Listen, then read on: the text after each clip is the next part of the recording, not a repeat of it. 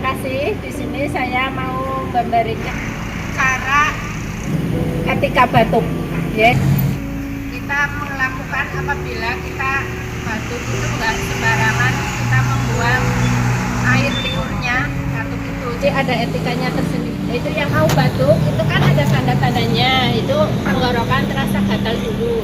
Nah, begitu kita mau batuk langsung kita pasang itu kita keluarkan dengan hati-hati biar sekretnya nggak jatuh ke bawah.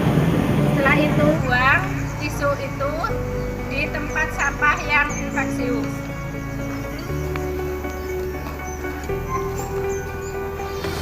Terus kalau tidak ada tisu kita bisa menggunakan sapu tangan, juga bisa menggunakan sarung tangan. Terus berada di sarung tangan. Kita melakukan cuci tangan karena tangan kita terkena sekret dari sabun tadi.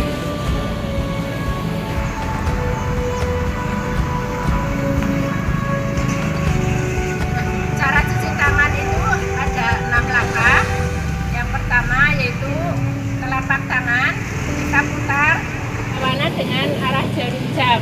1, 2, 3, 4. Kemudian punggung 1, 2, 3, 4. Yang satu punggung 1, 2, 3, 4.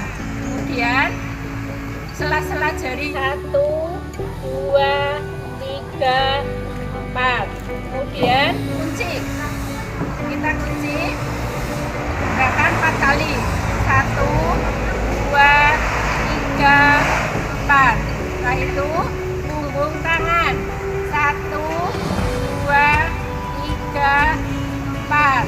Yang satu 2, 3, ujung jari kita putar 1, 2, 3, 4. Yang satu 1, 2, 3, 4. Sudah selesai, kita sudah bersih.